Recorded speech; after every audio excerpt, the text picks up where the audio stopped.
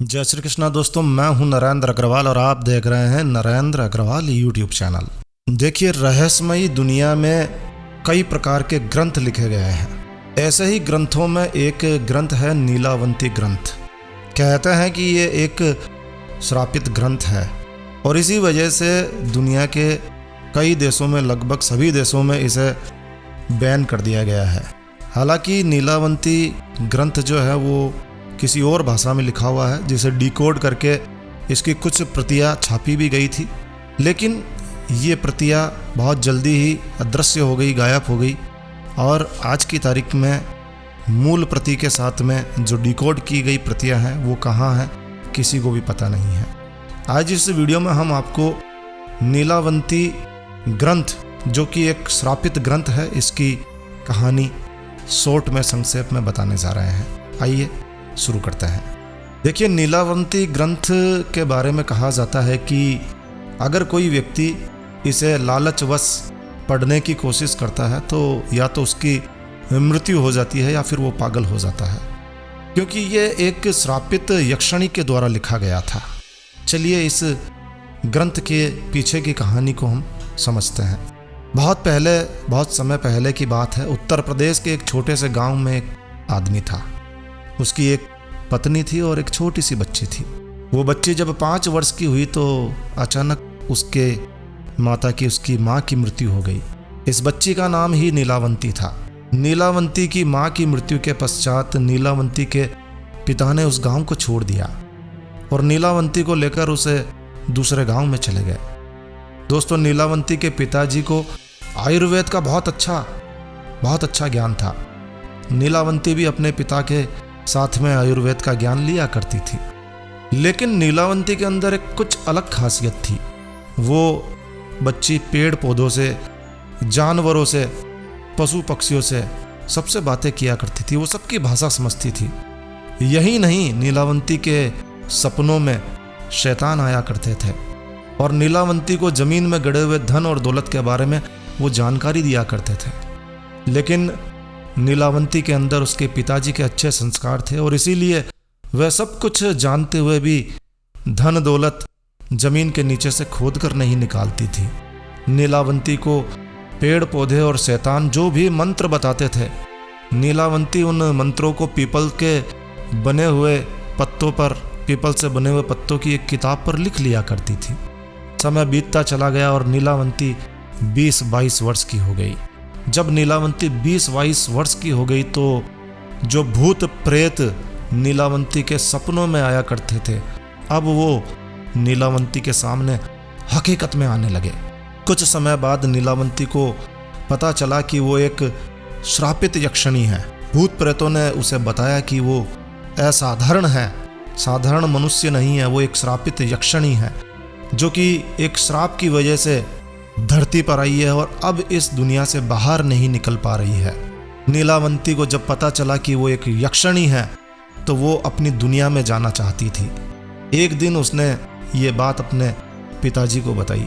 उसने अपने पिता से कहा कि ऐसी बात है कि मैं असाधारण हूँ, साधारण मनुष्य नहीं हूँ, मैं एक यक्षिणी हूँ जो किसी श्राप के कारण आपके यहाँ जन्म लिया है मैंने। अब मैं अपनी दुनिया में जाना चाहती हूँ। जब नीलावंती ये सारी बात अपने पिताजी को बताती है तब उसके पिताजी उससे कहते हैं कि बेटी, यदि तू इस दुनिया की नहीं है और किसी श्राप के कारण तू इस दुनिया में फंसी हुई है तो मैं तुझे रोकूंगा नहीं, तो तू अपनी स्वेच्छा से यहाँ से जा सकती है। और फिर नीलावंती उस गांव को छोड़कर जाने लगी। नीलावंती ने वो गांव छोड़ दिया और एक नए सफ़र पर चल निकली। रास्ते में उसे एक व्यापारी मिला। अतः नीलावंती उस व्यापारी से दूसरे गांव में जाने के लिए कहती है, क्योंकि नीलावंती को एक अच्छी आत्मा ने बताया था कि यहाँ से 35 मील की दूरी पर तुम्हें एक दूसरा गांव मिलेगा और उस गांव में तुम्हें एक बरगद का पेड़ मिलेगा। उसी बरगद के पेड़ के पास से तुम्हें अपनी दुनिया में जाने का रास्ता मिलेगा। इसके अलावा तुम्हें अपने रक्त के साथ साथ पशु पक्षियों की बलि भी देनी होगी। और इसी बात को ध्यान में रखते हुए नीलावंती उस दूसरे गांव में जाना चाहती थी। उसने उस व्यापारी से कहा कि वो उस गांव में जाना चाहती है, क्या तुम मुझे उस गांव तक छोड़ दोगे? नीलावंती बेहद खूबसूरत थी। वो व्यापारी नीलावंती को देखकर मंत्रमुग्ध हो जाता है और कहता है कि ठीक है, मैं तुम्हें उस गांव में छोड़ दूंगा, लेकिन बदले में तुम्हें मुझसे शादी करनी पड़ेगी। नीलावंती ने व्यापारी के सामने मुस्कुराते हुए कहा कि ठीक है, मुझे मंजूर है, लेकिन मेरी भी एक शर्त है। व्यापारी ने कहा क्या? नीलावंती ने कहा कि मेरी एक शर्त है कि रात के समय मैं तुम्हारे साथ नहीं रहूंगी, और हाँ, मैं कहाँ जाती हूँ, क्या करती हूँ, इसके बारे में तुम मुझसे कुछ नहीं पूछोगे।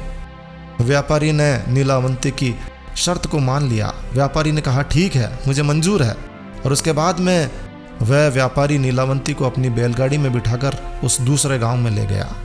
शर्त के अनुसार नीलावंती ने उस व्यापारी से विवाह कर लिया।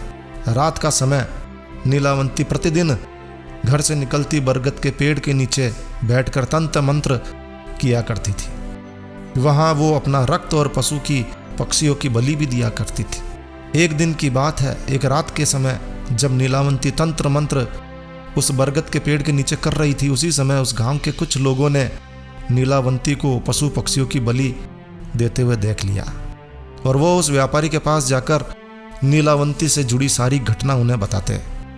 जब अगली रात को नीलावंती अपने समय के अनुसार रात्रि में तंत्र साधना के लिए निकलती है, तो उसके पीछे पीछे वो व्यापारी भी चला जाता है और नीलावंती को तंत्र साधना करते हुए देख लेता है। अगले दिन नीलावंती के स्वप्न में शैतान आता है और उसे बताता है कि नीलावंती, कल जब तुम तंत्र साधना करने के लिए बरगद के पेड़ के नीचे जाओगी, उसी समय बरगद के पेड़ के बगल में जो नदी बहती है, उस नदी में तुम्हें एक लाश, एक शव बहता हुआ दिखाई देगा। उस लाश के गले में एक ताबीज होगा, तुम्हें उस ताबीज को खोल लेना है। गले से ताबीज को निकालने के बाद उसी नदी में तुम्हें एक नाव और नाव पर सवार एक आदमी मिलेगा। तुम्हें उस ताबीज को उस आदमी को दे देना है।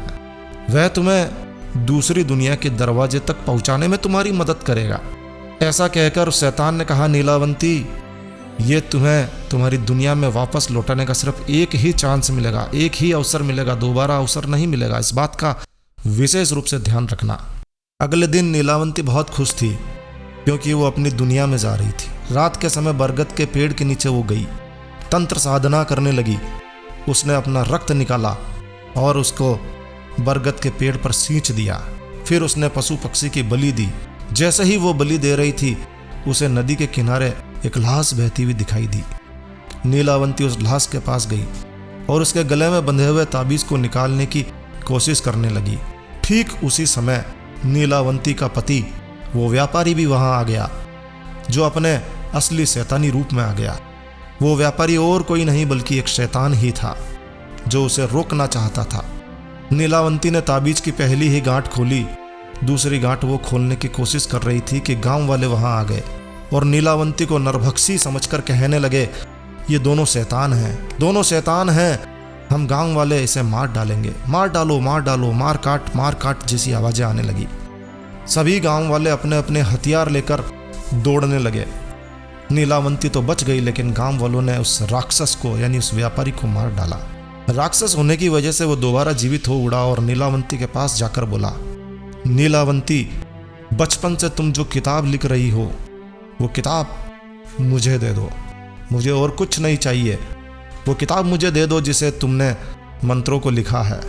तब नीलावंती ने सोचा कि यदि यह किताब इस शैतान को मिल गई तो ये दुनिया के लिए खतरनाक साबित हो सकती है भाई। तब नीलावंती ने उस किताब को श्रापित कर दिया। किताब को श्रापित करते हुए उसने कहा कि जिसने भी लालच में आकर इस किताब को पूरा पढ़ लिया, उसकी तुरंत मृत्यु हो जाएगी। जिसने इस किताब को आधा पढ़कर ही बीच में छोड़ दिया, वो पागल हो जाएगा। ऐसा कहकर नीलावंती उस किताब को लेकर भाग गई।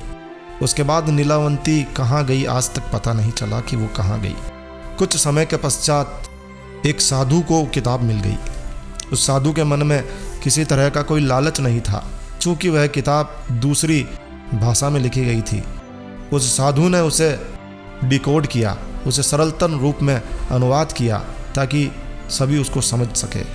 लेकिन कहते हैं कि नीलावंती के द्वारा इस ग्रंथ को श्रापित कर देने की वजह से जिस भी व्यक्ति ने इस किताब को पढ़ने की कोशिश की, या तो वो पागल हो गया या फिर उसकी मृत्यु हो गई। जब ऐसे मामले सामने आने लगे तो इस ग्रंथ पर बैन कर दिया गया। अब नीलावंती ग्रंथ की कहते हैं कि 17 पुस्तकें अभी भी धरती पर मौजूद हैं, लेकिन कहाँ है, किसके पास है, इसकी खोज अभी जारी है। अगर आपको ये किताब कहीं मिले तो अपने कमेंट हमें ज़रूर छोड़िएगा। तो बस इस वीडियो को यहीं विराम देते हैं। दोस्तों, नीलावंती ग्रंथ के बारे में यह जानकारी आपको कैसी लगी हमें ज़रूर बताएं।